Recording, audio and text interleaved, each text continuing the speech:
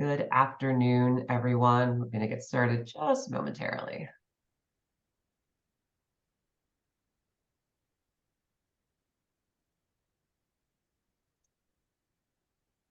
Welcome, everyone, and thank you for joining us for today's event. I'm Willie Santiago, the Manager of Programs and Resources for APAP. I use they, them pronouns, and I'm a fair-skinned Hispanic person with brown eyes, medium-length wavy brown hair, and I am wearing a blue shirt with a gray vest over it.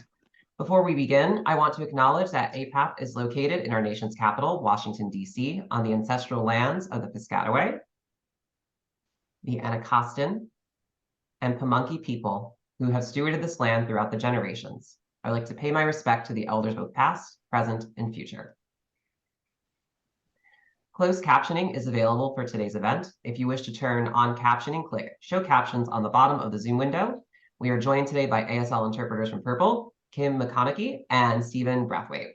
Thank you both for your continued partnership, and we are happy to have you today. If at any point during today's webinar that you need further accommodations, please feel free to direct message me, and I will do my best to assist you. APAP is your go-to resource for the connections and resources you need to build your career as a performing arts professional in the presenting, booking, and touring field. Join APAP as we continue to provide opportunities for community, learning, commerce, and discovery. You can visit our website at apap365.org/membership for more information. Or if you have questions, you can always contact us at info@apap365.org. We are excited to be hosting a series of affinity groups this fall. Affinity groups are a great way to connect with people of the same identity or profession as you. While we encourage allyship within our membership, these spaces are meant solely for those who identify with a specific group. The next three that we have coming up are our Latinx affinity group, the second installment of our development group, as well as our Black arts professionals affinity group. We also are your go-to resources for all the tools that you need to be an arts worker, and we have following upcoming programming. On the 28th, we will have an APAP conference networking event, as well as a Classical Connections networking event on December 1st. These two events require an APAP membership and is limited to those who are just registered for our conference in January. And then on December 6th, we will have our final Real Talk in Real Time. It is the APAP Listening Lounge. It's an opportunity for you to gather and ask the staff questions about anything that is conference related. Not on the slide as well as we also have our office hours. You can go to our website to find out more information about that. Those are happening Fridays at 2 p.m. It's a chance to just come in and ask any questions you might have about being an APAP member, as well as anything that is related to the upcoming conference. For more information, you can go to apap365.org/programs. I'll now introduce our hosts and speakers for today's event. Our hosts for today are James Lemons, who is the Executive Director of the Lake Placid Center for the Arts, as well as Bobby Asher, who is a performing arts consultant that serves presenting organizations around the U.S. with a focus on interim artistic and executive leadership.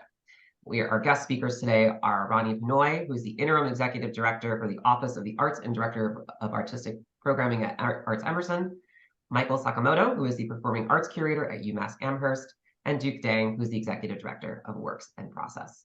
I will now turn things over to your hosts for today, James and Bobby. Thank you. Hello, everyone. I'm Bobby Asher. I'm coming to you today from Durham, North Carolina, which is the ancestral home of the Lumbee, Shakori, and Catawba tribes. We give honor to the folks who stewarded this land. And I am a white man with brown hair and a beard. I'm sitting in front of a bookshelf and record shelf with lots of books and vinyl records on them, two of my favorite things. And I'm wearing tortoiseshell glasses, and I use he, him pronouns. And I want to give my co-host and co-teacher, James Lemons, a moment to introduce himself. Hello, James. Hey, Bobby. Thanks, everyone. My name is James Lemons. I'm the Executive Director of the Lake Placid Center for the Arts in far upstate New York. So if you're traveling north and hit the Canadian border, you've gone about 30 minutes too far, so turn around and come back to visit me. I am a middle-aged white guy with brown hair that is slowly turning grayer by the day, in a blue sweater, sitting in front of a bookshelf that I admittedly have not read the vast majority of books that are sitting on them, and I use them for aesthetic purposes. Here at Lake Placid, we are on the ancestral lands of the Akwesasne, and we honor and respect their contributions to us, past, present, and future. Bobby, with that, I will turn it back over to you to get us started. Thank you, James. As we go through today, we obviously don't have time for everybody on this call to introduce themselves verbally, but if you could just go ahead and put your name and your position or organization in the chat so we can all start to connect and know each other's names. And at the end of this, we're going to have a pretty extensive Q&A session with our panelists. So what we'll do is, if you have a question during the course of this conversation, go ahead and put it in the chat, and at the end we'll have a stock of questions to ask, and then also you'll be able to type in questions and ask as part of that session too.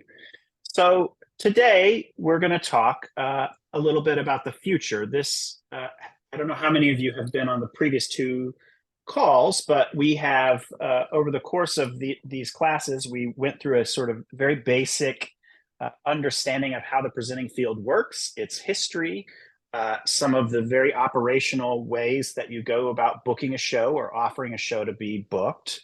And then in the second session, we talked about conference, how to navigate it, how to get the most out of it. I think those videos are available via the APAP website. In this third and final course, we wanted to talk about the future. If you are in the arts and in any way vaguely connected or to the outside world at all, you know that our industry, as well as every other industry in the world, went through a pretty intense period of time, starting with the COVID epidemic, continuing through some of the challenges that our countries face relating to equity and inclusion and all of those things, and also just the change that's happening with technology, digital audience behavior, all those things. And it's in some ways easier to talk about a part of our sector that hasn't changed than it is to talk about the things that have changed, because so much has changed. And what we want to do today is we've brought together a really extraordinary panel of folks from the field, and we want to talk about some of those changes and how the best practices that we have in our field are evolving to meet those challenges. How are we connecting with audiences differently? How are we compensating artists in different ways that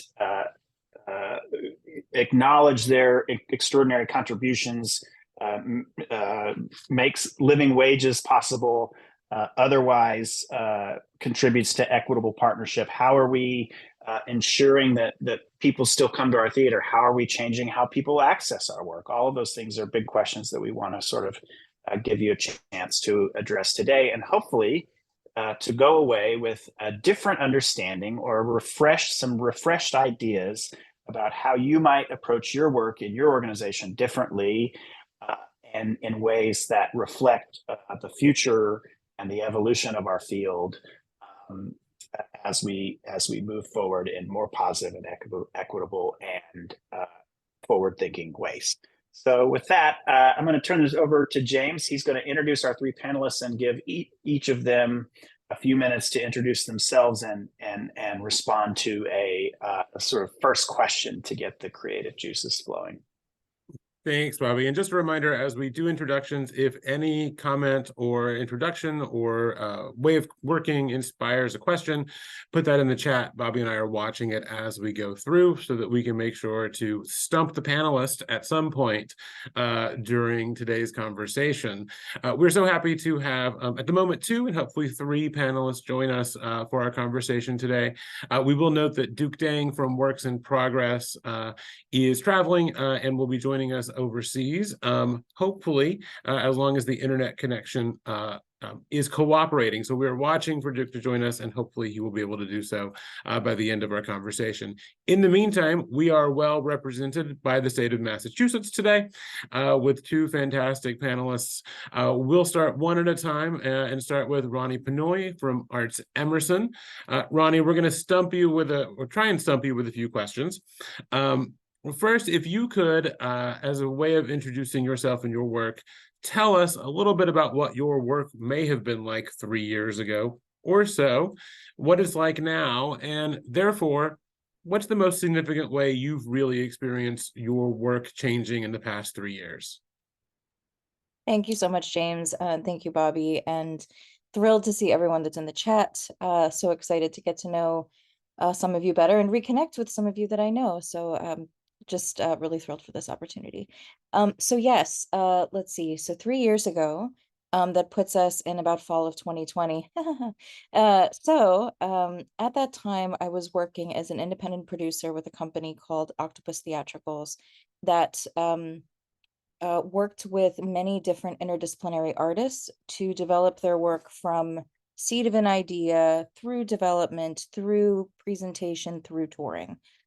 So it was a bit of a soup to nuts operation. And in the moment of 2020, there were a lot of questions about how we were going to make it through because we were really beholden to live performances and engagements. And that was really the core and heart of the work that we were doing. So in that moment, we had some phenomenal experiences and some pretty tough experiences with presenters. So I was really in the I guess the agent / producer role on the artist side. So I was really moved by a interaction that I had with Arts Emerson, who, when we had to cancel our production, was like, great, we're going to pay you the whole thing. Even though it wasn't really, how can I say this? When I mean whole thing, I mean the full amount that we should receive up to that point and reimbursement of all expenses that we had incurred. So basically everything to make everyone on the team whole. So that was very rare for that moment in time. Also, Arts Emerson is connected to a university and is in a very different position than many other institutions, just to name that. But the quality of the interaction, the generosity and the rarity of that really struck me. And even the folks who were not able, that were really struggling with how to figure out how to work something out, the honesty and the transparency of what are we going to do? This is really difficult for everyone involved, was so much stronger than the folks who just basically said, well, we're out and, fend for yourself, in terms of the out of pocket of artist expenses. So through and I can go on at length, so I'm going to try to be brief.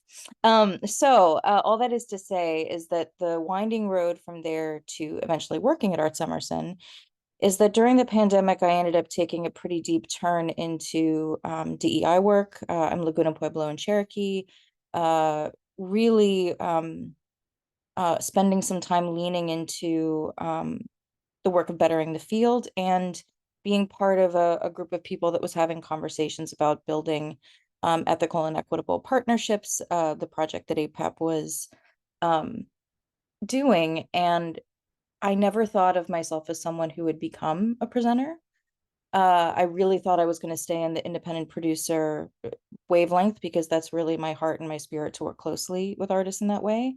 But I saw in working at an institution, based on what's happened over the last 3 years, the real opportunity to lead in a spirit of service and care and be advancing this work in an institutional sense for the betterment of the field. So I really could see the value of what being in an institution could do, setting up systems where when crisis happens, the number one priority is care for the people that you're in relationship with. So, yep, went from independent producer to presenter. I've been with Arts Emerson since 2021. And, the work is really feels to me, and listening to what an artist needs rather than saying, well, here are our boxes, how are you going to fit into them? And I feel like a lot of the values of being an independent producer have kind of naturally carried over to this side of the practice, or so I hope. So that's it for me for the moment. Thank you, Ronnie. A lot of follow-up questions I know are generating for me, and I think for the rest of the field, but we will have plenty of time to dive into those a little later. In the meantime, we are thrilled to welcome Michael Sakamoto from UMass Fine Arts Center, who is international with us today and visiting, joining us from Japan. So we thank the interwebs for allowing that to happen. Michael, same prompt over to you. 3 years ago in your time machine, compare it to now, and what has changed for you? Thanks for the prompt, James and Bobby. Hi, everyone. Quickly, I'm zooming in today from Kyoto, Japan, where I'm on vacation with family. Normally, I'm living in what today is commonly known as Western Massachusetts, the traditional lands of the Nonotuck peoples. And I'm sorry, I don't actually know who the traditional folks are of central Japan, but the Ainu and the Ryukyuan folks are the traditional peoples of the northern and southern islands. So pre-pandemic, actually, let me back up 1 second, a little bit further than that, just to say that for myself, I'm a kind of weird practitioner in that I don't wear so much multiple hats, as I like to put it. I wear one hat that has all these kind of strange angles on it. In my case, meaning I'm an artist, also someone who's worked in higher ed for about 15 years. As an educator, professor, scholar, and I've also been an on and off part-time working artist for the better part of 3 decades, and even a little bit longer than that for pretty much all of my adult life. Since I graduated undergrad, have been in and out of arts administration full time. So my lens, in other words, is all of those things, not sequentially or not divisively, but simultaneously. So when I'm a presenter, which I've done on and off part-time at various points in my career, previous to being hired at UMass about 4 years ago, it was always kind of coming in and out, operating at the same time with the mindset of an artist. What does it mean, as Ronnie I think alluded to be able to serve the actual needs, the actual context, the actual mindset, the actual values in terms of audience engagement from the artist perspective, as well as from different types of audience perspectives. I carry my lens as well as an Asian American and as a BIPOC professional throughout my decades career. And for me, that's not something I can kind of, you can't obviously put that aside. And I'm pretty conscious, and I'm pretty overt in bringing that lens. And so I say all that as a preface to 3 years ago, because when the pandemic hit, when suddenly there was a big noise and movement around after George Floyd's murder, honestly, I didn't feel any different. I just, honestly, my reaction was, why now? And so what folks call the racial reckoning, for me, it's the racial sudden recognition of a need for reckoning. And I think we can argue for days on whether there actually was any reckoning on a mass level since then. And so when everything kind of shifted, everything went either virtual or just went away, I just felt a need to just simply lean into all of those ideas, those principles. And so going from what and UMass Amherst Fine Arts Center had been a pretty standard as they say in the industry parlance, second market, regional main stage, PAC, Performing Arts Center. And luckily we did have the staff with the skill set to be able to go all virtual for a year to year and a half, and basically became a broadcaster for the full next season. We made everything free for about 6 months, and then we had a mix of free and very low cost events for the remainder of that early 21 season. And we decided to lean into our social engagement and social justice mission. And in some ways, it's not a silver lining because the pandemic was a horrible thing, but it was an opportunity, sort of cover, if you will, because you know, the kid gloves are off with the world and with social relations. So we said, okay, well, we're just going to do the thing, call the thing, because it is. And so we started 3 different programs. One called Art Sustainability Activism, which is a partnership with the UMass School of Earth and Sustainability and the UMass creative writing program called the MFA for Poets and Writers. And so you have art, science, and public narrative around sustainability and the climate crisis. I also started a series of primarily BIPOC and socially engaged artists, activists, originally called Bodies at Risk, and then now called Code Makers, because it's not about code switching, it's about code making. And those are public dialogues and micro-commission performances. And our third program is Reimagine Residencies, which is essentially bringing in artists for mini residencies or longer engagements that essentially attempt to do just that, reimagine the relationship between arts, education, social engagement, social activism, and what does that mean in this historical moment or the historical moments to come. So I'll just leave it there, and I can talk more about what any of that means or doesn't mean in the discussion. Thank you so much, Michael and Ronnie.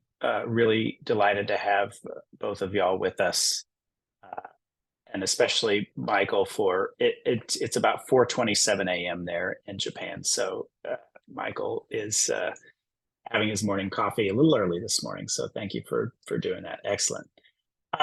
We're going to move just into a bit of an open discussion now with our 2 panelists. And I'm just wondering, both of you were involved in a process that APAP started called Building Ethical and Equitable Partnerships in the Arts. Willie has linked the document or position paper or list of best practices that was authored as part of that process in the chat. So all of you can click on that link and look at it. But I'm wondering if the 2 of you could just give an overview of how that work got started, how you got involved, and some of the learnings that came out of that work, and what it's meant for how you apply it to your work. How has that changed your approach or working relationship with artists or your community?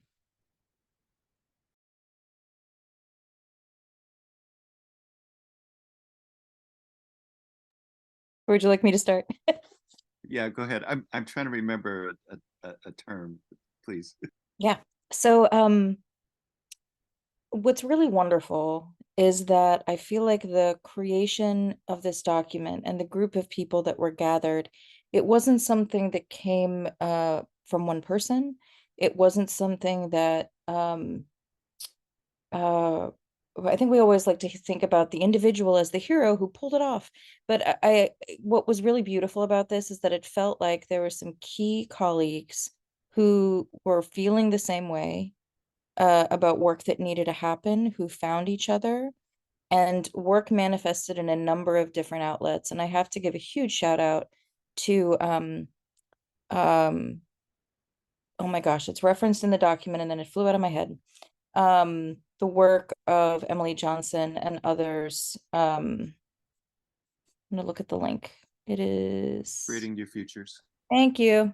See, I went first and then I'm like searching for words. Creating New Futures. So this was a effort was collaborative effort from many many artists, administrators, and others that did some real organizing during the pandemic to say we can't operate like this anymore. We need to operate in a more human way. We cannot go back to same old when we reopen. And I do think that the work that was happening in that space was really inspirational to this document. And I think it was really important to the co-champions of the committee that APAP be contributing in this moment and be really signing on to the fact that change was really needed in our field. And just to say it in really plain terms, because we are, many of us are operating businesses, even whether it's personal or all the way up to an institutional level, it is so compelling to get drawn into a transactional place and way of being. And the pull of capitalism, the pull of colonial practice, it's all interwoven. So it's very hard to separate business from colonialism and white supremacy. They work really closely together. And so what I think was so powerful about this document is the range of folks that were involved to say, we can't operate this like this anymore. It's not the way the field is moving. It was really a statement of saying, working in this way, working in a non-transactional way, which I can say more about, is now, we're ready for it to not be the outlier, but for it to be the new regular way of doing business. And what that means to me is understanding that, as mentioned in the document, $5,000 it means very different things to, in my case, an organization like Arts Emerson and an individual artist. And if you aren't aware, I think there's a tendency in the arts to kind of feel like, oh, we're all family. Yeah, it's great. We're all on the same team. Power dynamics are real. And oftentimes people do not know their own privilege and power. I was even stunned recently that I was working with an Indigenous artist and I'm like, oh, we must be great. I'm Indigenous, they're Indigenous. They have an ally here. Only to find out that there were certain things that they didn't even think that they could talk to me about because they didn't want to seem ungrateful, which floored me. And then I kind of took a breath and realized, oh, okay, I should know better. Because power dynamics are going to be there.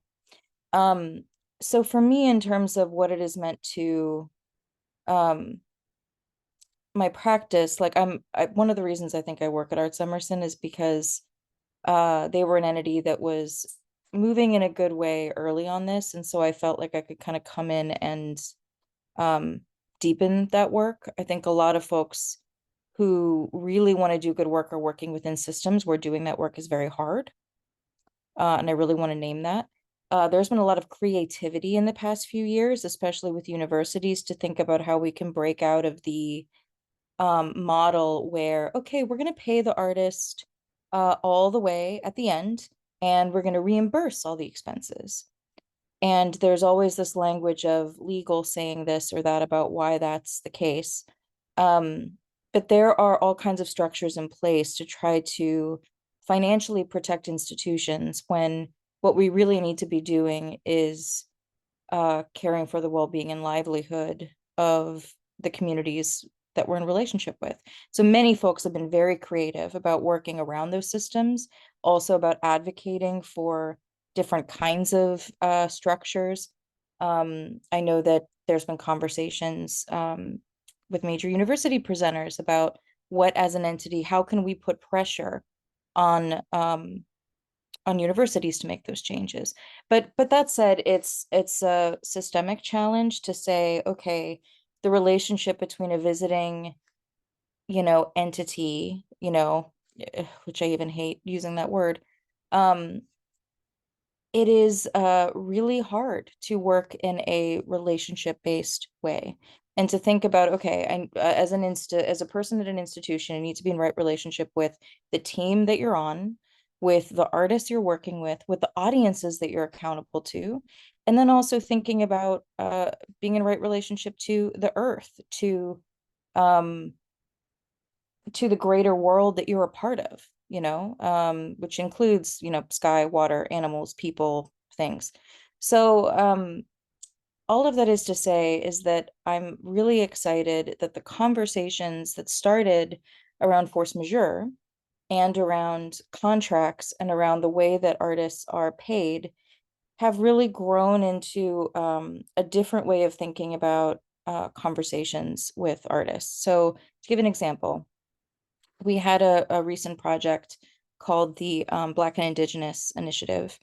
My still at Arts Emerson for another week, co-pilot David House, who is a Black man, and myself had a lot of conversations over the past 2 years about the fact that Black and Indigenous people are very uniquely oppressed in the United States because of their roles connected to colonialism and slavery in particular.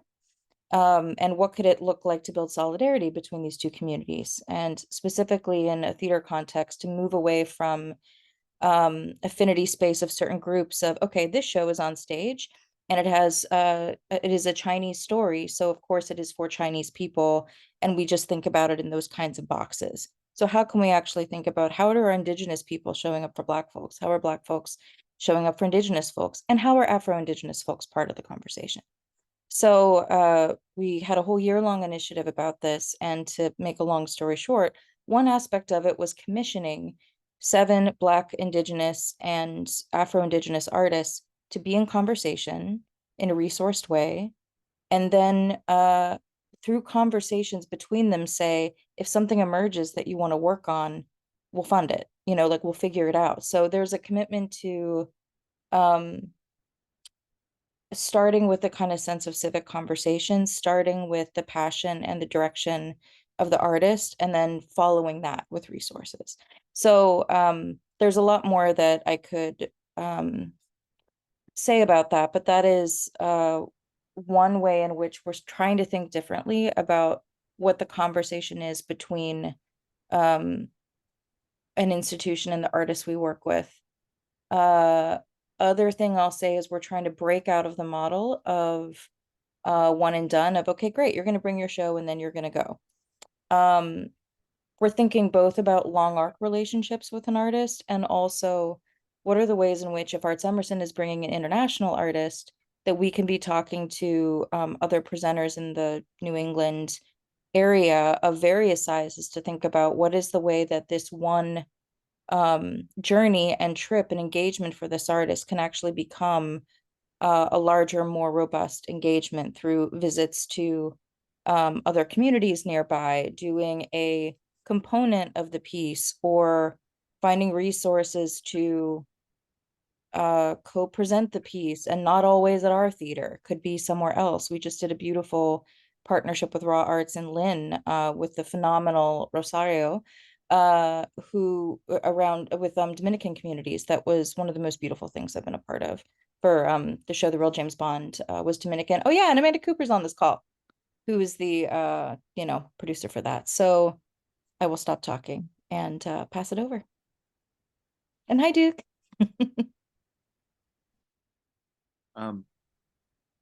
So that's what I was trying to remember earlier when I said I couldn't remember a term.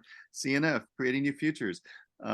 So yes, shout out to the 10 of us who started that. I mean, the conversation started, I think it was sparked originally by Emily Johnson and Janera Castro, who were in conversation in the early days of the shutdown. And then Janera emailed me and called me and said, hey, I just had this conversation with Emily that sounded very familiar with the conversation I had with you last time about, creating an equitable, not just as simply an equitable, but to my mind, operating from a sense of interdependency. And that was really my immediate takeaway and principle, sort of working principle in the original CNF effort with those 10 to 12 people, which was, the pandemic took the kid gloves off of socioeconomic relations in the performing arts and in every social forum, obviously. But as Ronnie alluded to, it was already broken, and it so it just went from being broken to completely dysfunctional and non-operational. So we had to redefine, we had to recreate it. And yeah, I'll give a quick example of how I've sort of tried to move into integrating, reworking, redefining the very litigious approach of where I work, which is a state university. So on the one hand, you have the imprimatur, the authoritarian imprimatur of the state government. So on the one hand, when our artists and artist reps come to us, you know, ultimately, when push comes to shove, I can say to them, we can say to them, well, we're really sorry that we can't do better on XYZ point in the contract or in artist services or in production or whatever it is, or in audience relations, whatever it is. But the state government itself does not allow us to, which is, you know, a really horrible answer and unsatisfactory and doesn't really change anything. But what I try and say at the same time is, and let's actually make that overt. Let's actually call it out, and thereby call in the institution, meaning UMass, meaning the Fine Arts Center, meaning the Commonwealth of Massachusetts, whatever that means, to say, okay, well, why, at least implicitly and sometimes directly, well, why can't we? Why are we? And then aesthetically, culturally, why are we? You know, very simply, as many of us do in their good work, why are we foregrounding this cultural framework as opposed to this one or all these others that are being marginalized? We work biannually with the UMass Bach Festival, and you know, which, as most Bach festivals do, they're living their best 1753. And but what does that mean when you're, for us, when I'm also co-programming our Code Makers series that I mentioned earlier, with commissions from Asian American composers last spring, Teksu Kim and Vijay Iyer, who were kind of working from prompts of Asian American identity as a metaphor for, or sorry, fugue as a metaphor for diasporic Asian American identity, because we're always everything and nothing to mainstream society in North America. And being able to just simply have that conversation with the audience. And so, you know, the prompt being, you know, how business practice has changed. Business as usual is a term that has, you know, now been obviously thrown out the window for everyone. But we're still, as Ronnie alluded to, with capitalism, you know, it still has its claws in us, and we still have, that's still the mindset. How do we get back to business as usual? How do we get back to the same audience levels? How do we get back to normal? There is no normal. We don't actually know what the new normal is going to be either until probably 5 to 10 years from now, because the very nature of performing arts presenting, at least from a stage traditional venue perspective, you know, we can't go back there. We're in a paradigm shift now in the early 21st century with the digital era, et cetera. I feel like it's, you know, when radio, film, and television came in, you know, what live quote and performance quote unquote means to a 20 or 30-year-old is completely different than what it means to a 40, 50, 60, 70-year-old. And so we just have to experiment, you know, over and over together. And so for me, whenever time I look at a contract, I'm like, okay, what does it mean? What does this language mean now? What does it mean a year from now? What does it mean 5 years from now? And start to move the language in that direction, trying to make a partner of the Office of General Counsel at the university, who their default IP, intellectual property policy, is to monetize it, to commercialize it.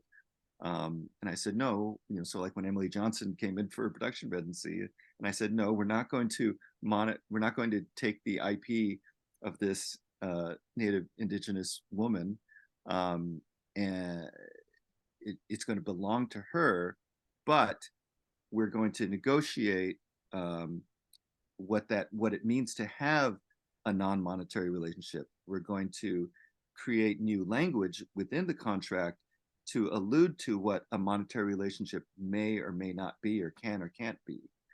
Was I successful? Were we successful? No, we weren't nearly as successful as we could. I believe we could or should have been, but it was a conversation that the OGC the office had never had before.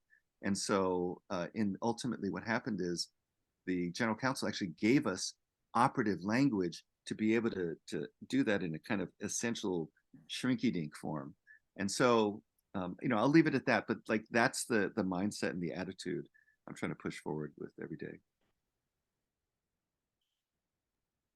Thank you, guys. And this is a fantastic opportunity to welcome Duke Dang to the conversation, who is expanding our international profile today as he is overseas traveling as well. Duke, welcome and thank you for joining us.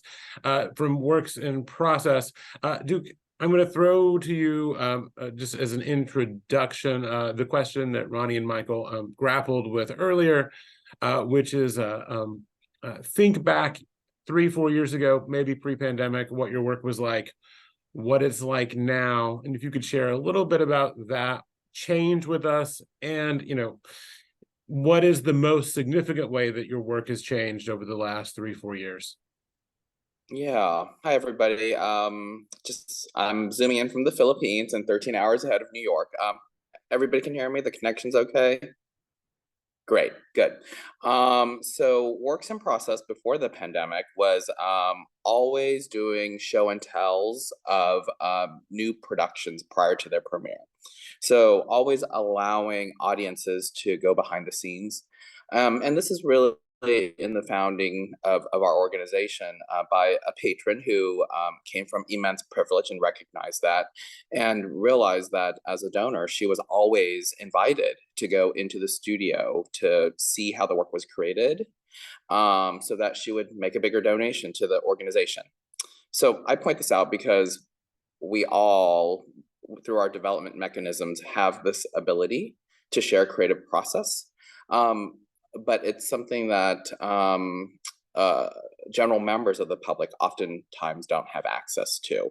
And so when our founder created Works in Process, she wanted to provide that access to anybody, regardless of what position in life you were born into.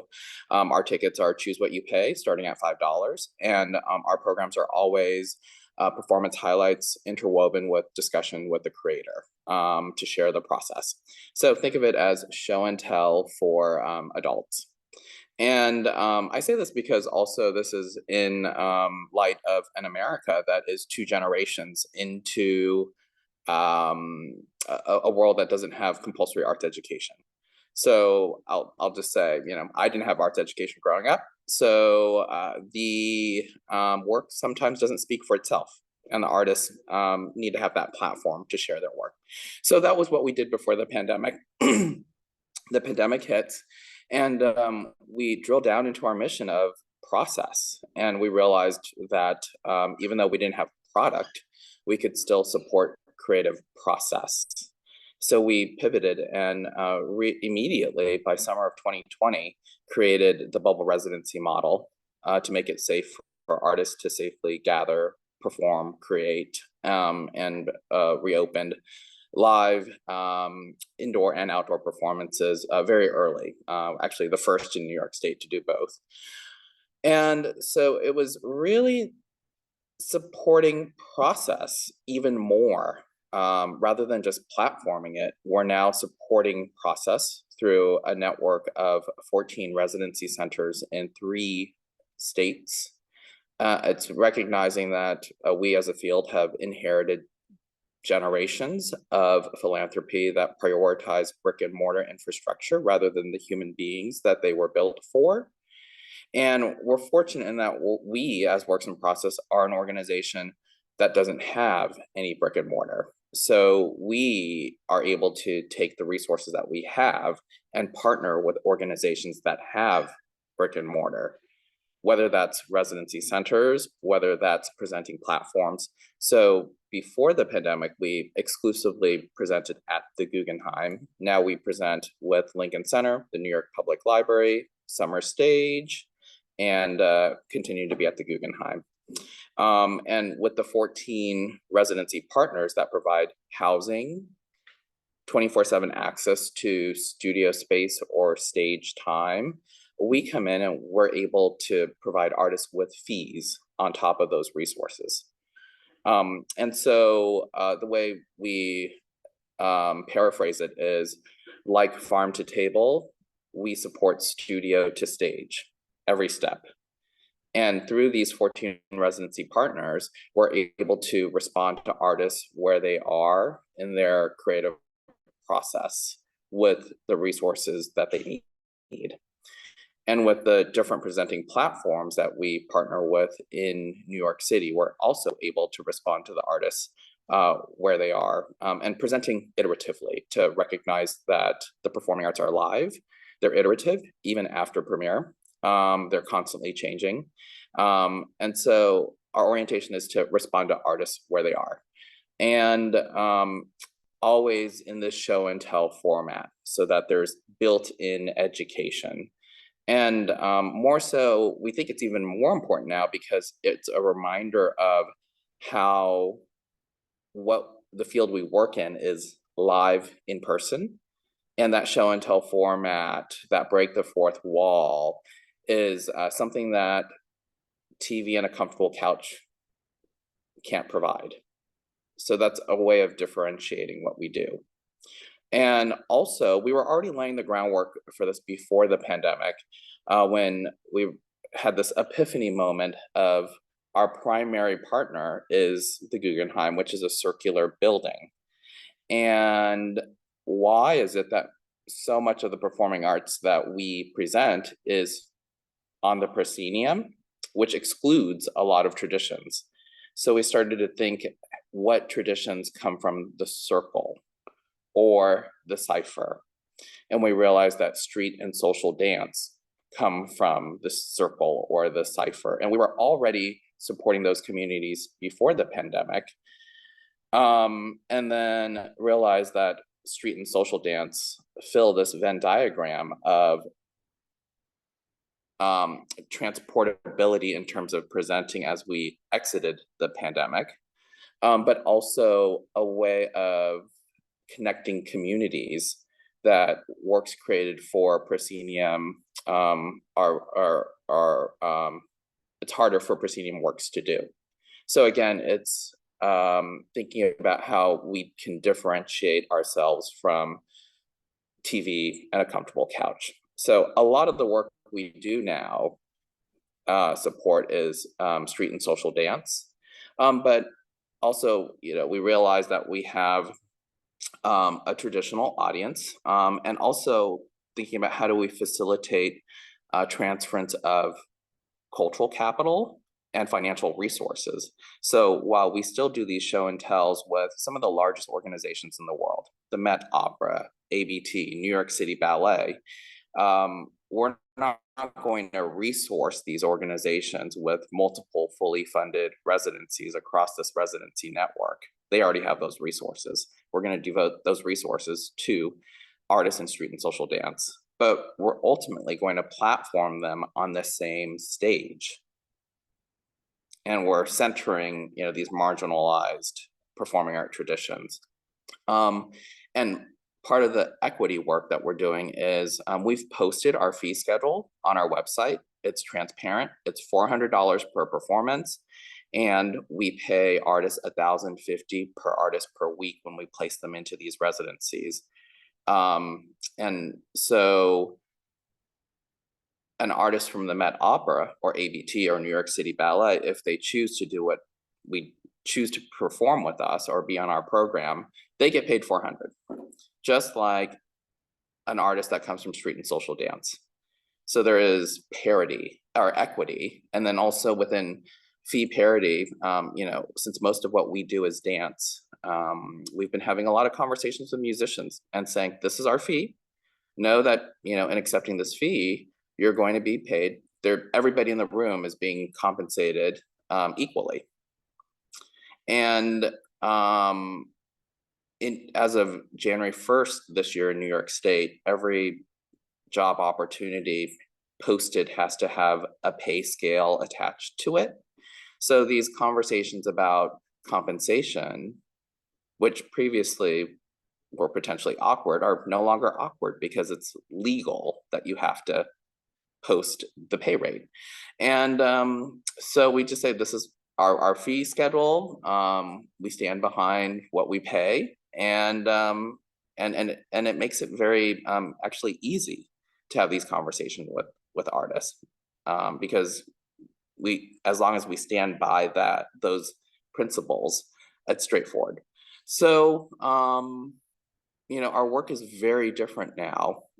It's not just about sharing process, it's resourcing process and aggregating resources and leveraging just the decades of investment in infrastructure and brick and mortar.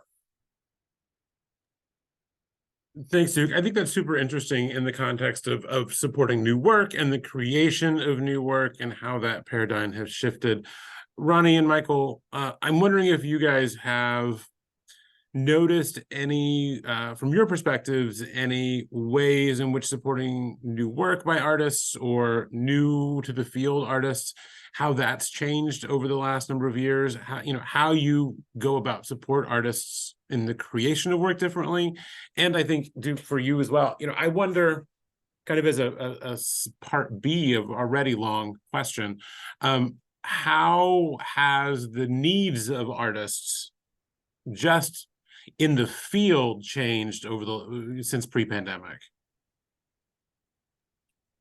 Yeah, I'll quickly jump in with just a few thoughts. One is that I think we're getting a little bit more, at least in my context, a little bit more expansive about who we think of as a potential artist that could end up on Arts Emerson's stage. And I think that kind of movement is happening in many places. And what I mean by that is that the presenting universe that is most resourced has been historically pretty Eurocentric. And in addition to thinking about the artistic projects that we are presenting, there have been more and more layers of accountability and intentionality around how are you inviting people into your space? Who are you really intending to be invited to your space? And what is your accountability to the community as an entity that is in that neighborhood, in that city, et cetera. So I say all of this to say that one of the most successful projects, was the only sold out project we had this fall, was in working with many individuals from Wampanoag Nation. And I think this might have been one of the first times this happened in exactly this way, that basically one specific nation, in this case, the Wampanoag, told their own story of 400 years of history. So from pre-contact all the way to today, every aspect of the performance, creation, etc., was Wampanoag, with the exception of I think like 6 ensemble roles that were cast as white actors on purpose, as to make up the ensemble. And I mention this story because it is, as a presenting entity, we could have looked at that and gone, okay, well, they don't have a production manager, they don't have a tour manager, there is no neat person I can do a negotiation with. Ooh, this seems like this is gonna be hard.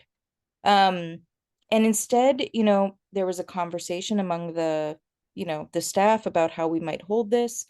People pivoted. People, we're now in the process of building a kind of a package of information that they could use to completely tour and book the show in future, that we're just doing because we want that show to have a future life, and thinking about, okay, what does it mean for a show like this to have a production manager, a tour manager? Maybe it doesn't make sense for them to work with an entity like that.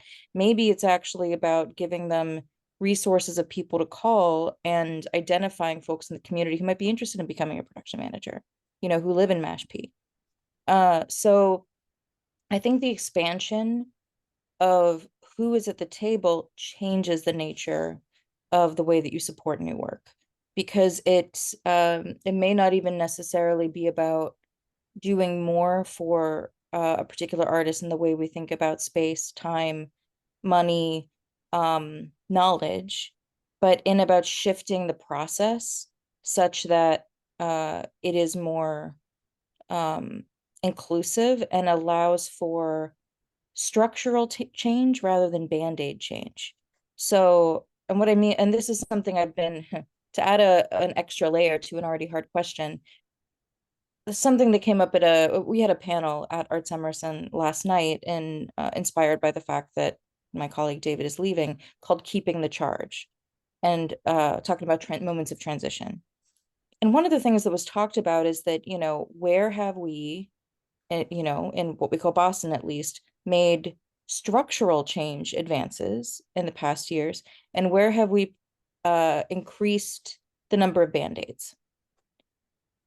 And, you know, I really dig, you know, I'm really holding that question. That's a really naughty, like KNOTTY, naughty question, you know, because I'm hopeful that knowing that just as we are trying to build new processes to hold more rigorous and cared for new work processes, that also is an extra add of time and hours and bandwidth for staff.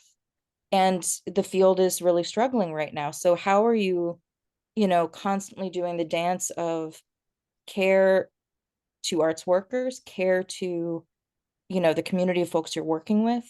And everything needs to kind of be recalibrated at the same time to make structural change.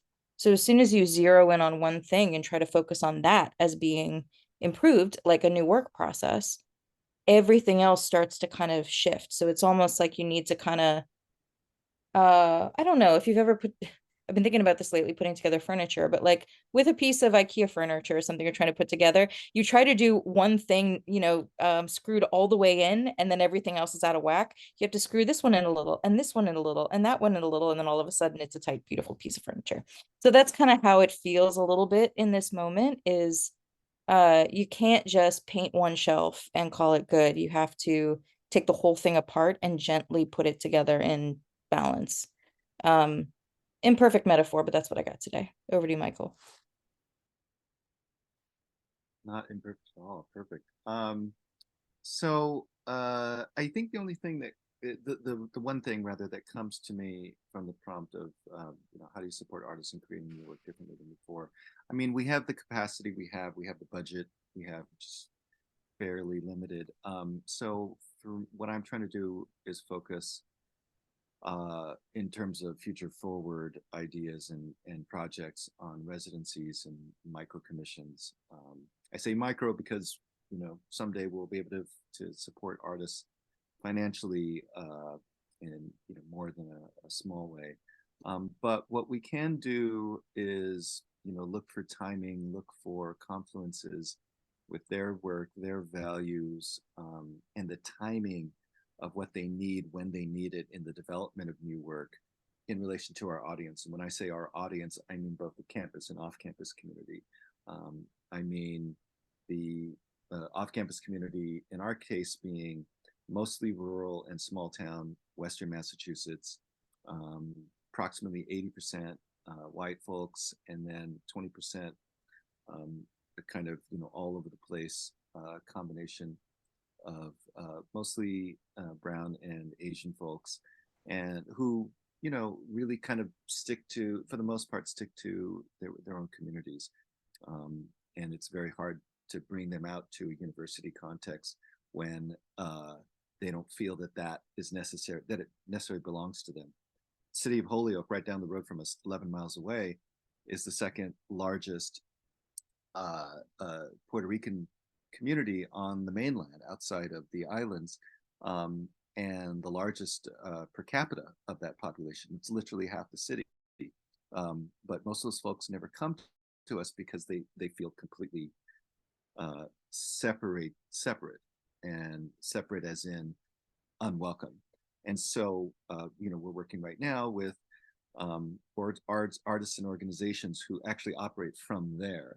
And so it's not about us parachuting somebody in for them and saying, oh, doesn't this appeal to you? And maybe we'll do it again 5 years from now, but or even we could be doing it every year. That's about us and our needs and our values, not theirs. And so, you know, meeting folks, meeting audiences, meeting communities where they're at in the context of the artist's needs, in terms of the artist's priorities and the artist's values. So finding, you know, not just Puerto Rican artists, but artists who are working from the same sort of similar values of addressing marginalization, addressing colonization, and issues like that. On a very practical level, I'll just give another, you know, just kind of pragmatic example. So Christina Wong, the performance artist. When the pandemic hit, we had just agreed to present her relatively new touring work at the time, Christina Wong for Public Office. We talked about shifting that to virtual instead, and still giving her the gig and still having her be one of the fall season openers. But that work just didn't make any sense. And so Sweatshop Overlord, which became eventually a couple years down the road from there, her Pulitzer Prize finalist winning work, she kind of made that in the heat of the moment, as we all know, who are familiar with that project. And I said, well, Christina, why don't you just tour that? And she was like, oh yeah, that's kind of what I was thinking about, but nobody's asked me yet. And then, I mean, not to take all the credit for it, because everybody sort of, most presenters who worked with her at that point, that fall, realized it on their own as well, because it was kind of a no-brainer. But I will say I was the first to ask her in that, and I just say that as an example because, you know, it's a very simple thing. Financially and logistically, it may be very difficult, but conceptually, it's a very simple thing to just shift your principles, shift your mindset. You know, if you operate from a place of knowing your privilege, if you operate from a place of, you know, knowing also what you're not capable of, what privilege you don't have, as an organization, as an institution, as a presenter, and you as an individual human being who is the one actually manifesting those artist relations, and you can, and holding yourself accountable to not hide behind an institution, to not hide behind, in my case, the fact that I can just say, well, it's state government, that's just the way it is, sorry. And so, you know, working with the artist to say, okay, how can we support you in a way that makes sense for you, and brainstorming, collaborating, like collaborating with them to find, okay, what does that have to do with our community? Can you shift in some small and subtle ways to actually speak a little bit more to what our folks are facing on the ground? And how can we create, at the same time, for you, welcome you in to a safe and sacred and nurturing space for you to be able to be your best self? And that, you know, that energy, that reality sort of comes through for our audiences. And so really, again, it's an attitude and a mindset. Thank you for that. Duke, anything to add before we move to the next question there? I think I would just share that, you know, in working with a lot of street and social dance makers and championing their work, commissioning and producing their work, you know, these artists don't understand, you know, the ecosystem that we're in. They don't even understand what a nonprofit means, or, you know, this legacy of the nonprofit.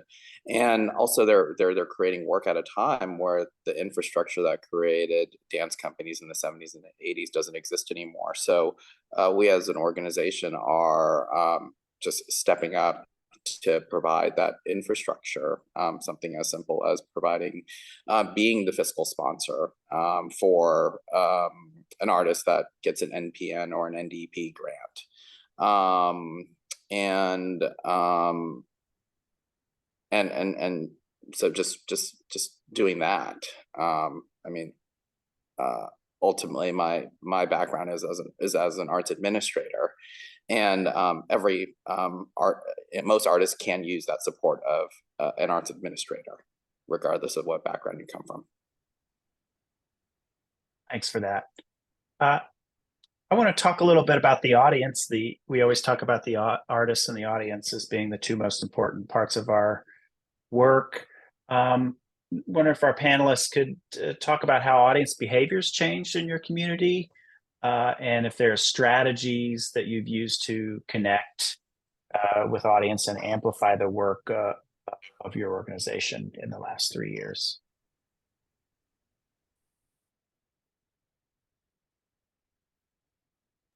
Yeah, I can jump in. Oh boy, so the audiences have changed a lot for us. I was curious recently to see over this fall what participation looked like, and generally the percentages of what we call like new to file patrons, so those that are first timers to Arts Emerson, so not each individual, but in terms of new accounts that are buying one or multiple tickets, are ranging between 40 to 60%.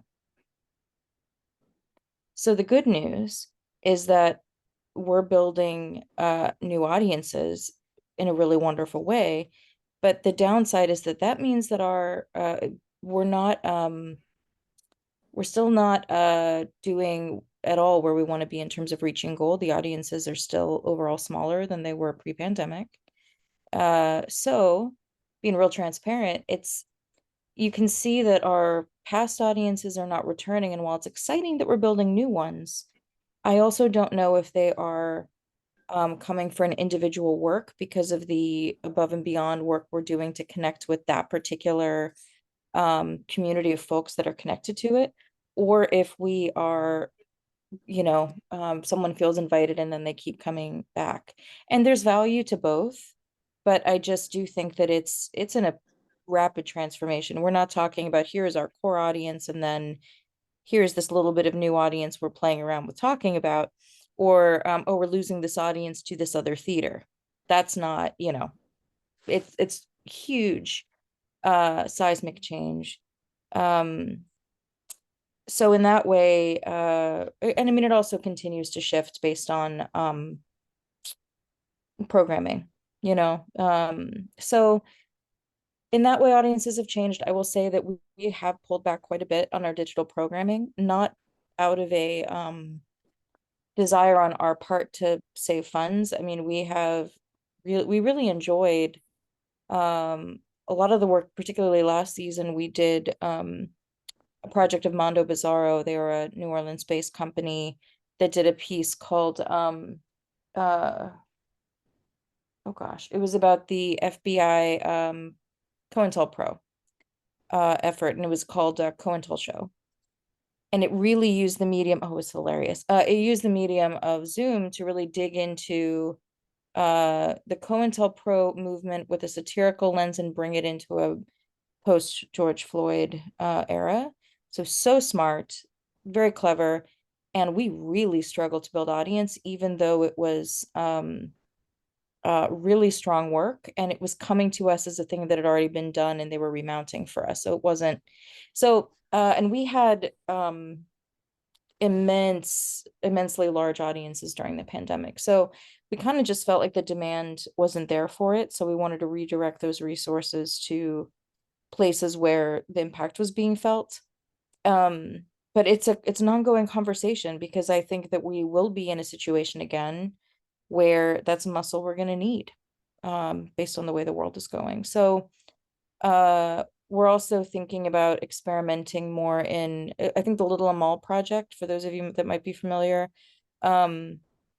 which was an outdoor 12-foot tall puppet of a 10-year-old Syrian refugee girl, major kind of company and production behind it, but took a lot of effort on the individual communities that were hosting it. But the notion of outdoor spectacle, of what that brings together in terms of community, it was really stunning and so rewarding. Basically, the way that we said, okay, for this Amal project, we need to bring in the best of the organizations that we don't always get to play with, so to speak. A Tribe Called Funk is one example. So that her entire parade route was really by and for exactly the folks that have been affected by all of the issues that Amal is looking to raise. So all that is to say is it feels like a very new chapter. I think these feel like very new challenges. And I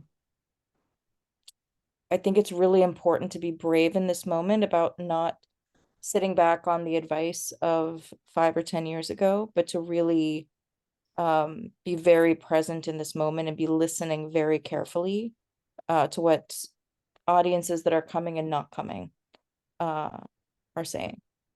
So yeah, I'll end there.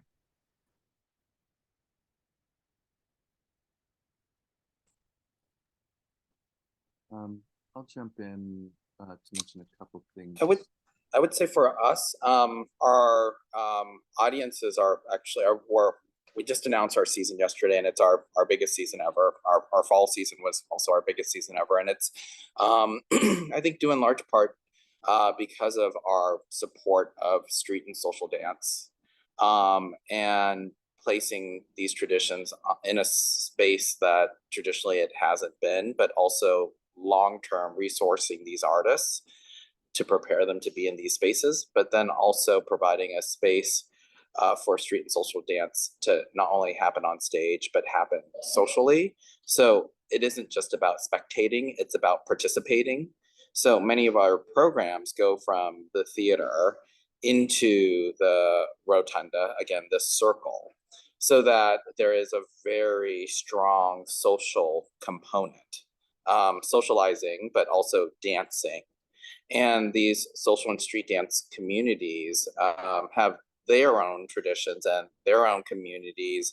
And when there is this long-term support of the community, they show up.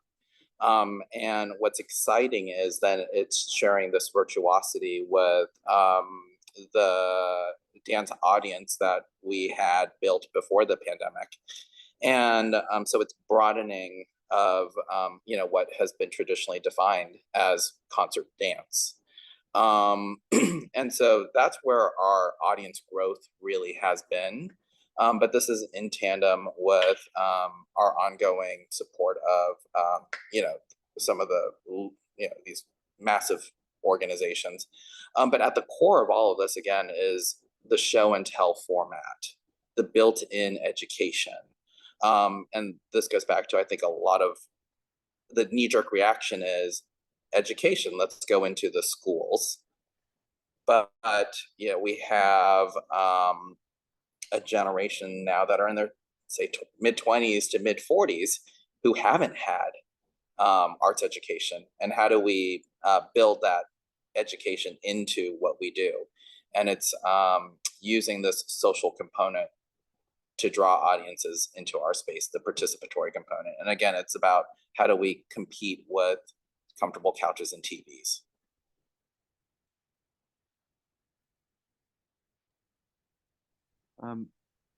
For us, just to give I think a kind of nuts and bolts example, and direct response to the prompt, in terms of audiences,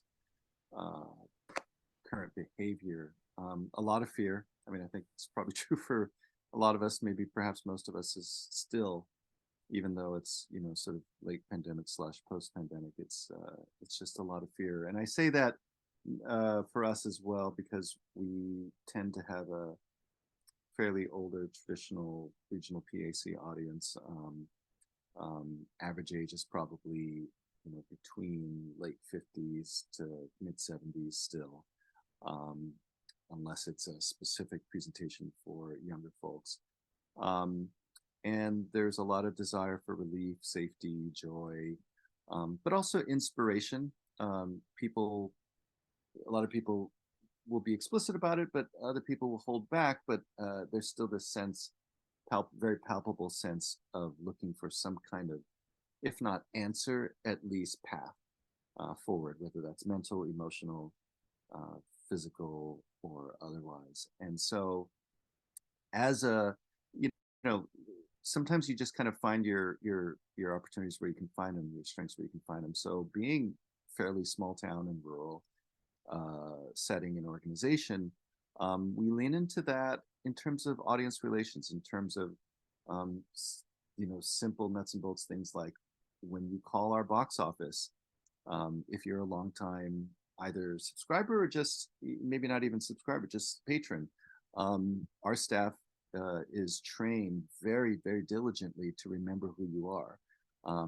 We will, if you speak to a human being, even if it's a student, part-time student worker, if they have the ability and wherewithal on the computer monitor in front of them, while they're speaking to you, they will actually look up your record and speak with you actively about your buying track record or what, I'm trying to think of a better term than that, but basically do you want to sit in the same seat? Do you want, or whether you do or not, what kind of experience are you looking for in terms of your engagement with the artist for this performance or this,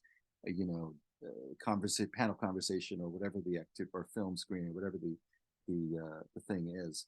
And so combining that with, as a public institution, our service organization mission to nurture civic society, because we are, not nearly as much as before for those of us who work in the public sector, but still essentially nonetheless taxpayer funded. And so we do have an obligation to nurture and promote civic society and public education, and also to function as a public multi and interdisciplinary arts and innovation hub, as UMass likes to put it. And so getting behind our way of kind of getting behind the rhetoric of the state flagship university in its PR, we sort of spin that or reframe that as, well, what does that mean in a arts and culture progressive context? And that's the way we try and have that implicit dialogue with upper administration to say, okay, well, this is how we're manifesting what you're claiming publicly as your values, as your priorities, as, quote, what's best for the folks of the state of Massachusetts. And so it's kind of shifting and nudging and interacting with, again, frankly, what is largely still a fairly litigious, fairly capitalist venture. And so it's always a work in progress. But we try and keep we always try and foreground community needs first, and what folks are actually experiencing. I think that's what matters most.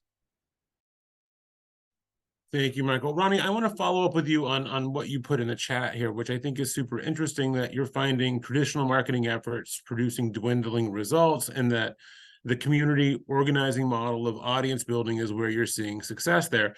And for follow-up on that, one, I think, are you using digital marketing are you putting that together with the traditional marketing bucket so that it's just the marketing practices that we would normally as an institution face writ large? And can you talk a little bit about what that community organizing model for building audiences, what does that look like? What does it feel like? How do you really go about the thought process behind doing that for a particular presentation? Yeah, no, thanks for that. So a few things.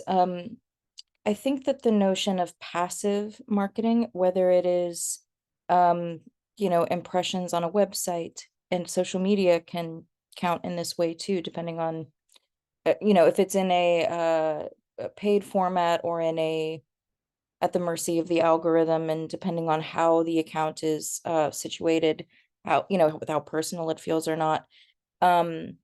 Emails and ads in general, like all of those traditional marketing tactics, and I would even put a lot of press in that bucket, frankly. That is reaching a particular community of folks that is leaving a lot of other folks off the table. I mean, often, even with some, robust traditional marketing budgets, we're hearing that the audience that we're looking to reach, even doing all the number crunching and all of the math of, okay, we're going to hit these targets and think about these places with these entities, they're just not hearing about it. So what's really come up for me is that at least in 2023, for many folks, if someone is going to make the time to come and see something, it's because there is some kind of relationship to it. And it needs to be the acting like a business in terms of marketing with the product to be sold. Folks are just going to move right past that, like they are moving past an ad for a clothing company, unless there is something. Can I say this? If we're trying to act like corporations, I don't think we're going to do so well, because that's not actually what we're offering. We're not offering a capitalist shiny product. We're offering an experience and a relationship and something that's ephemeral, right? So, and I mean, of course, it can move on from commercial side to non-commercial. I love Seven Finger Circus as much as the next person, do not get me wrong. But there is something to be said that I often think there's a tendency to start with traditional marketing, and then if you're in trouble, you start moving into this community organizing. We've got to talk to all the humans to make sure they know about this incredible work. And when we've started inverting that and saying, we're going to start with, okay, who are the people that we've worked hard to be in relationship with in the broader city, who have their pulse on this community, and who are whatever you want to call it, thought leaders, or just the critical, trusted folks. I mean, I had our last artist, Chris Rivas, called Rosario from Raw Arts kind of like the godfather, but the godmother of Lynn, Massachusetts, So it basically, one phone call to her and resourcing and respect of her relationships meant that the door was open, and all of a sudden we had hundreds and hundreds of exactly the folks that we were hoping to talk to. And that relationship with Rosario wasn't a cold call. That we've had that relationship for like 5 to 7 years.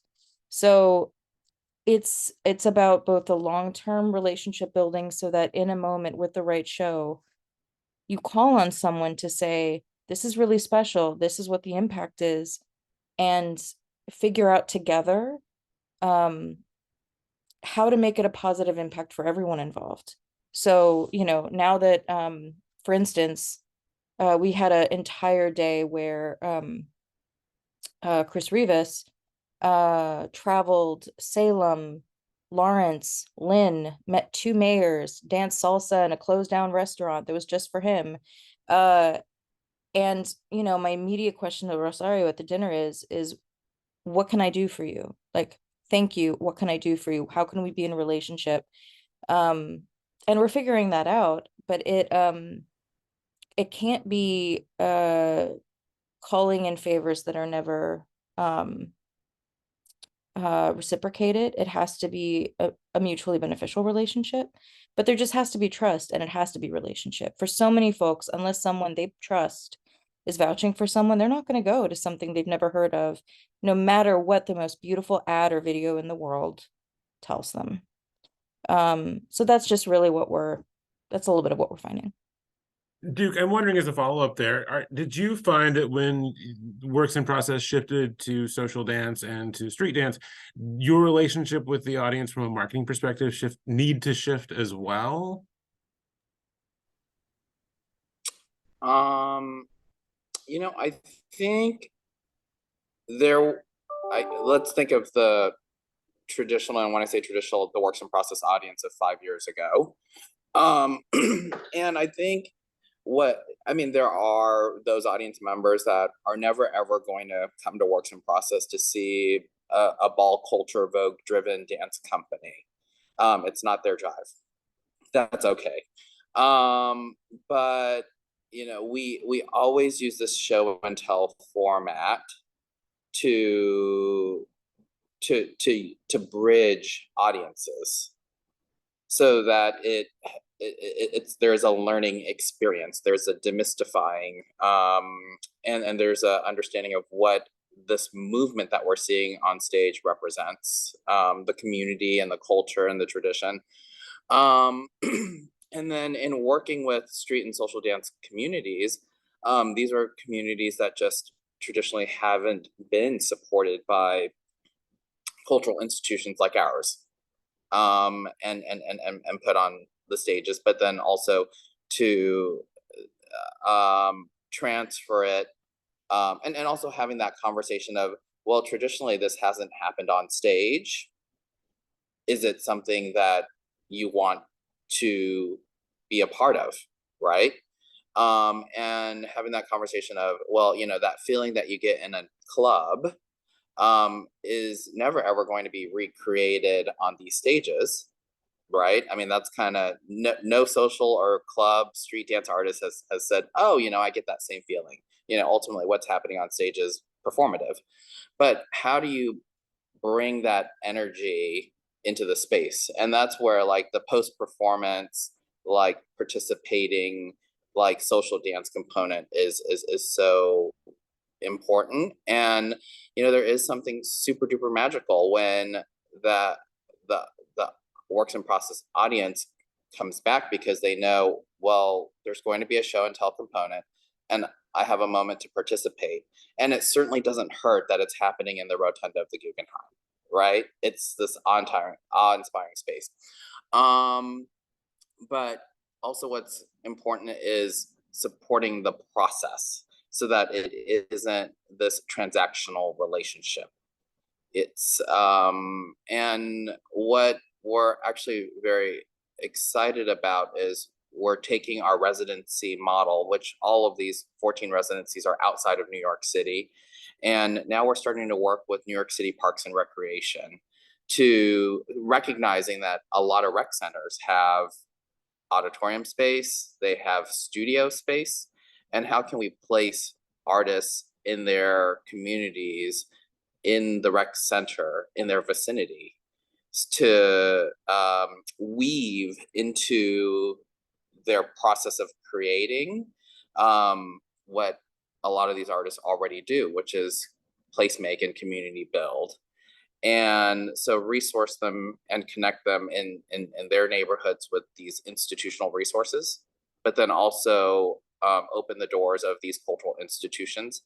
And again, that this longitudinal relationship of not just being at the Guggenheim, but also being at Lincoln Center. And then also our partnership with the New York Public Library is about documenting these traditions, which haven't been documented, where the elders haven't had their oral histories collected, and saying it's not just about the process of commissioning, creating, performing, but it's about archiving this work in perpetuity. And I think when a community sees that, they come out to support. Thanks for that, Duke. We're moving into the Q&A section of the conversation, and I know that Ronnie has to step away at 3:45. I want to just encourage you to put any questions you have in the chat. I know we have a couple collected already that I saw back up the chain, and I wanted to ask one really quickly. Speaking about the ethical practices work, one sort of part of that conversation that hasn't been fully fleshed out yet is about revenue. I think I think the question for a lot of organizations and folks who work for organizations that maybe don't have the power to fully put the IKEA furniture together all at once, and may be in a position to feel the scarcity, either perceived or real, about the reality of changing one part of that while still existing within those capitalist and colonialist paradigms that are part of the society that we live in. I'm wondering if we could talk about some really practical ways that beyond the ones that we've already mentioned, how you could work to embody those practices if you're in an organization that requires 75% revenue for its survival, or if you're part of a larger institution, as Michael's mentioned, that may have practices that are a sort of in some ways the antithesis of those things. I would say you have to start where you're at. We don't all work for the same type of institution or organization. We don't all have the same resources. We don't all have the same financial structure or cash flow, as it were. We don't all have the same, even what would the term be? Relationship or reputation or what have you, to be able to access more easily or with more difficulty contributed income or grants. But we have the advantages that we do. And so, in my example, again, working for a very typical state university main stage institution, and that is relatively, underfunded, that is extremely dependent on revenue. And so we've, I speaking for myself, I find the victories where I can. Many of them are small, many of them are implicit, many of them are nuanced, and implicit to to 7 degrees. I may present something. We may present something very much out of the Western canon, but I will. I look for at least one, if not more than one, element of what we present, the way we present it, something that's in the program, something about the way the artists function with each other, or the way they relate to their audience, the type of experience they bring to bear for an audience. And what is it that's different about that? What is it that we can frame in either, pre-show marketing and PR, or post-show reflection and archiving, that we can say, okay, well, this still in its own nuanced way presents a shift. Our theme for next season, because fall 24 to spring of 25 is going to be, a complete cluster in our country. Our theme is communion, obviously not in the traditional, specifically Catholic sense, but in the literal sense, communing, communal, community, communication. So there's a high profile, very legendary classical music chamber orchestra that we're presenting, playing pretty standard Western European rep, but they play without a conductor, and they have a soloist who is a very fast up and coming instrumentalist who is Asian Canadian, actually, who in his I believe in his own way is trying to redefine what it means to be a young classical Western classical music virtuoso, and so having that dialogue with folks who would never ever think about or care about a lot of the principles, a lot of the values that we're discussing today. And then, of course, at the same time, literally the week before, we'll be doing an avant premiere with Christina Wong for her next project. So it's the way it's the way you kind of tell the narrative, the sort of master narrative, so to speak, of the season as well. That's the message for what we as an institution are trying to embody for our community, and what that says about their own present and future. So. Yeah, thank you so much, Michael. Building on that, I think there's 3 things I'd love to bring up in this regard. One is to be honest about what you can and can't do. I can't tell you enough how much, I don't know, from my independent producer days, how much kinder it was when someone on an institutional side and it would basically say, okay, this is how much money I got, really. If we can't make this work, I don't want to waste your time. Is there something we can do for this, or should we loop back? Being real, shooting straight with people about that, because it is an act of care to own your limitations,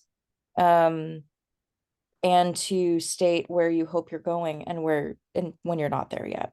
It's a gift to everyone involved. And with that, I think it's important to set measurable goals. So to Michael's point of, you got to start where you're at. If you're in a position of really needing to have, like 75% earned revenue, thinking about, okay, so is the goal to increase contributed revenue? Is the goal to engage the audience that's there for a certain kind of project in a kind of way that they might come see something else that's a little less just what is the goal that makes sense for where you're trying to go, and creating baby steps to get there. So, and with that, and I guess this goes to point number 2, don't be afraid to be a hypocrite. It's my new favorite thing to say. So like, don't let perfect be the enemy of the good. So if you're like, I really want to do a land acknowledgement, and you tried land acknowledgement, and somebody is like, okay, great. if you hear back, oh my gosh, you forgot X, Y, and Z, go, oh, okay, thank you. I am so grateful for that feedback, and keep going. Like, keep doing the work, whatever it is. And I think that fear of failure is going to be one of the biggest obstacles to us moving together positively as a field. We have got to be unafraid to take some big swings. And a big swing can be doing something that maybe doesn't feel very big, but it's big for your organization or it's big for you. So yeah, do not, don't be afraid to be a hypocrite. And then the last thing I'll just say is to work smarter, not harder.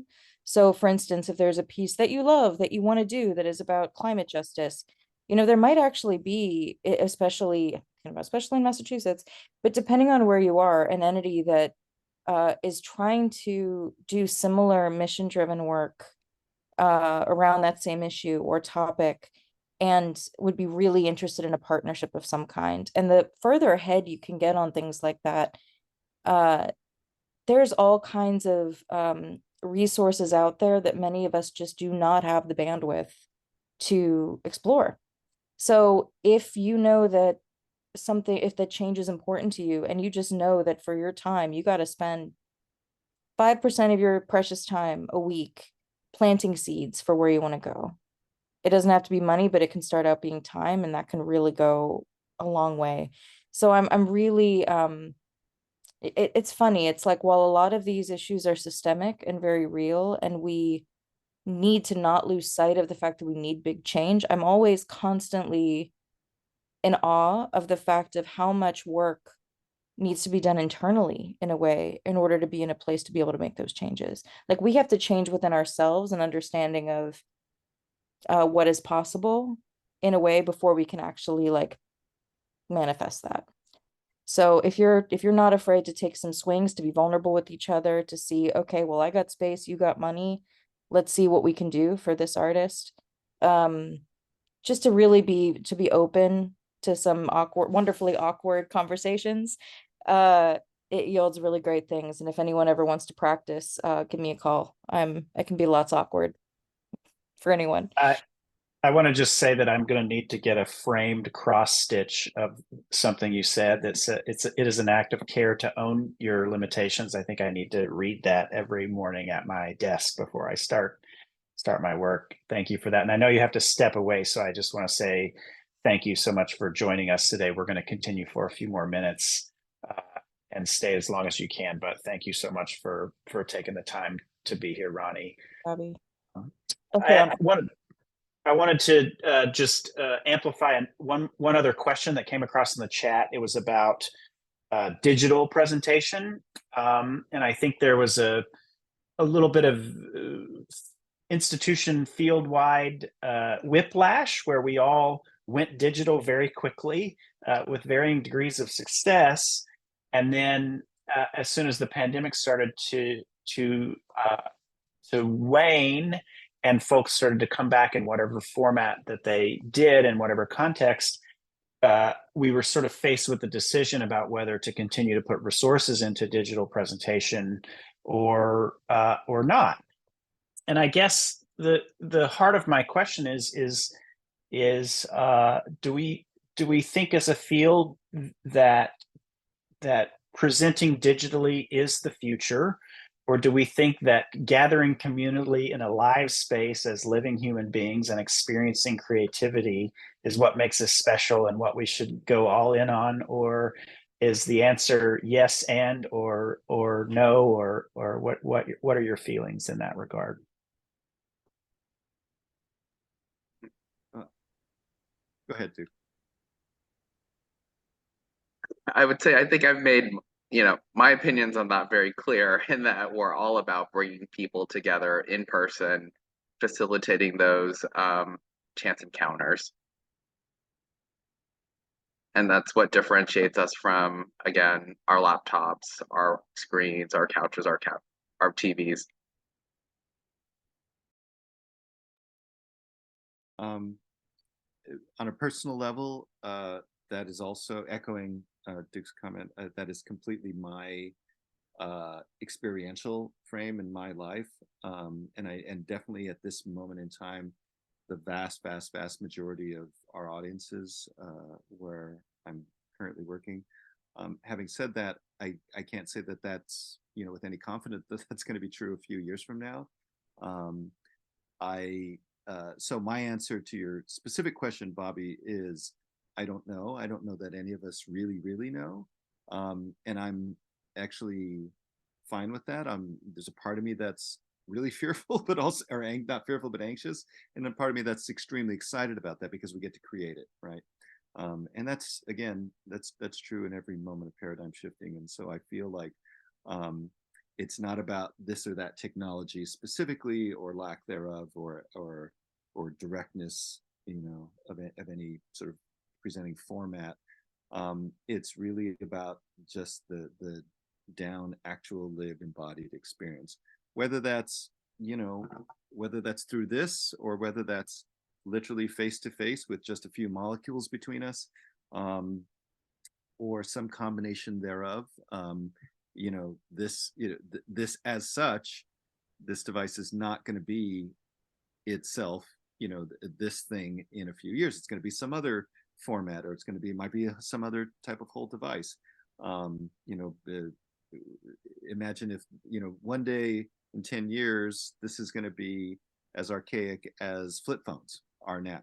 And so, you know, we have to sort of, I think, just be constantly open to the innovators and the thinkers and the experimenters, primarily on the artist side, but also collaboratively between artists and presenters, I think, to create those possibilities and to fail, not big, but fail productively, you know, when you fail, or to fall short. I don't want to say fail because that's a negative. Fall short, let's say, of your goals, but in a productive sense. What did you learn? Where did we succeed in our falling short? What did we, you know, what sort of new experience actually did happen that we didn't anticipate? And maybe a couple seasons from now, that'll be the thing. Like, who knows? So. Thank you, guys. As we kind of wind towards the conclusion today, I think we have time for one other question that we want to amplify from the chat. And this is about the future. We've talked a lot about big questions and opportunities that we're currently grappling with, but what other big opportunities and big questions are on your mind that haven't come up today? Michael started a response here in the chat. So Duke, we'll throw it to you while Michael thinks of something new to say, maybe, or how to expand upon his chat comment. But thank you, Shauna, and we'll pass the question along. So, you know, I'm like a broken record when it comes to this analogy of farm to table and studio to stage. And I keep on gravitating to it because I think about how was it in the past 40 years that our food ecosystem has gone from happy eating canned food to like having an understanding of, is what I'm eating organic? Is it local? Is it fair trade? Is it grass fed? Is it cage free? Has it been ethically sourced, created? Is it genetically modified? So clearly, and look at the Food Network, and there is this incredible engagement in food. And how can we, as the performing arts, model that so that our audiences ask questions about what is what we're seeing on stage? What does it represent? Has it been created ethically? Can we have the transparency of a food label that says organic? And can we actually have a transparent conversation with our audiences where we can say the work that you're seeing has been created with thriving wage, or the work that you're seeing has been created with living wage or minimum wage, or made with passion and volunteer time, so that there is this move away from we create magic, because magic doesn't exist. You know, everything that we put on our stages and in our venues and in our spaces is the byproduct of labor, time, effort, practice, error. And so, you know, that's my big, like, how do we get to that point where audience, because then we get into this world where people are willing to pay a premium when they see that it's organic, or if there's destination dining, and people spend a lot of money to go out and eat, and yet here we are as the performing arts saying, we're giving away free tickets or $5 tickets or choose what you pay for what really is a product that is made with so much care and love by the artists that are creating this work, and supported by institutions that care so much about this work. So how do we get audiences to make that paradigm shift like Slow Food has done? I love that metaphor, and I guess piggybacking on it, if the analogy that comes to mind is if mainstream entertainment audiences are the equivalent of, I just want a Coke. Traditional PAC audiences may be something along the lines of, I just want a Diet Coke. It's they just want that little bit of less guilt, but they're still going for the easy win, or the easy thing. And how do we move them? Yeah, just I guess piggybacking on that, like how do we move them into something that's more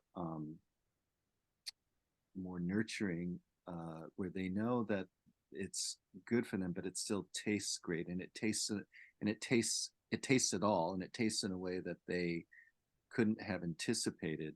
And at the same time, holding our own feet to the fire, once something like that becomes trendy and popular, just like there's always a BIPOC population that's the population du jour or of the year, and then they move on, and then the white gaze moves on to something else. How do we ensure that that isn't just lip service? That isn't just like, oh, I had that taste this year, and I'm just gonna, and I feel like something different now because that's, that it's not a superficial thing. I'm from Los Angeles, and so this food analogy hits home for me because while the diversity of cuisines is really popular now, much more and much less marginalized in its diversity than it was 20, 30, 40 years ago, when I was growing up there. It's also been a bit of a race to the middle, and I find that some of those cuisines are also homogenized, and that's, I think, some of my fear around the performing arts audiences and cultures that we're manifesting, that we're nurturing. I think I'm just going to go on a limb here and say I think that it has been true for a couple decades now, with a lot of BIPOC artists in postmodern performance, that they're actually, maybe without realizing it, inadvertently sort of adopting this abstracted white lens, and saying that, well, at least representation matters, but they're actually operating from whiteness. And so, these are the things I think we have a responsibility as presenters to also check ourselves. Michael, thank you for that. I don't know about the rest of you, but the end of this conversation has made me very hungry. So I think we'll leave it there. I want to say a tremendous thank you first to our panelists, Ronnie Pinoy, and Michael Sakamoto, who joined us from Japan, and Duke Dang, who joined us from the Philippines. They both got up very early in the morning to be here. Y'all go back and catch a cat nap before you have to be up for real. So thank you for that. I want to say a quick thank you to my extraordinary co-facilitator and co-teacher, James Lemons. This is the second year in a row that we've taught these courses, and it's always enlightening and enjoyable. And I think we learn just as much as the folks on the other side of the call.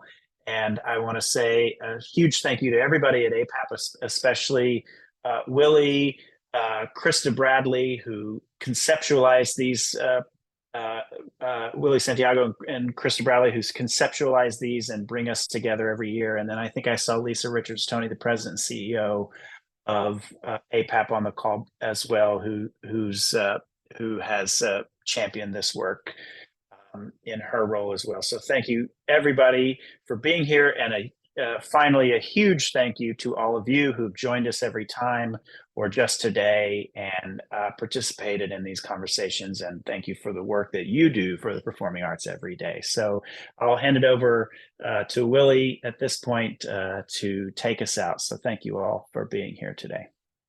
Absolutely. Thank you both. I want to turn things over to our president and CEO, Lisa Richards-Toney, before I sign off. Thank you, Willie. Thank you, Krista. Brilliant, brilliant work. My team is good, and I'm very thankful for that. I came in a little later. I didn't mean to. I just had some other things that were not as important, but seemed more pressing. So I'm here, and I heard the last hour, and I was utterly impressed. I want to thank you, Michael. Thank you, James. Thank you, Bobby. Thank you, Stephen. And we had another ASL, Kim. Duke, thank you all for being here. Your thought leadership, your melding of ideas is refreshing, and it's about time, because this work no longer are these ideas, the ways of the community, the way they do on the margins. This is at the center, and it's about time we do the reversal. The global majority is here, and they are working, and we are learning from them as a field of professionals. Some of us have always been in that dichotomy, and it's nice to be able to be honest about that and to have the authenticity recognized and supported. We're going to be hearing more about this at our conference. This is the kind of thought leadership that we want to be a part of, and we want to bring everybody else in and get your thoughts and ideas as we, as they say, move this field forward and grow and be honest about our growth and development. So thank you so much for being here, and everyone, thank you for being here as well. Thank you, Lisa. And thank you all for attending. A huge thank you to our speakers for joining us today, especially given the time difference that they are all experiencing. We are endlessly grateful for you taking the time to join us. And also a massive thank you to both Bobby and James for organizing and facilitating this for us. We greatly appreciate your partnership in this. We do have a series of networking events that are coming up. Our next one is on November 28th and then on December 1st.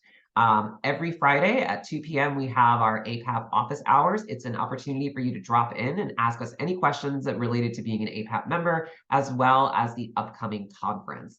I dropped a post-session survey link inside of the chat. We ask that you please take a moment to complete that survey so we can get your feedback as we continue to assess our programming. And lastly, we do have 2 programs that are currently open to apply for. We have our 5 Minutes to Shine program, which is for innovations in the field, as well as our Works in Progress session, which is similar to our Up Next Artist Pitch session, but it is meant for works that will be tour ready within the next couple of years. And I have dropped those both in the chat for you. So all of that said,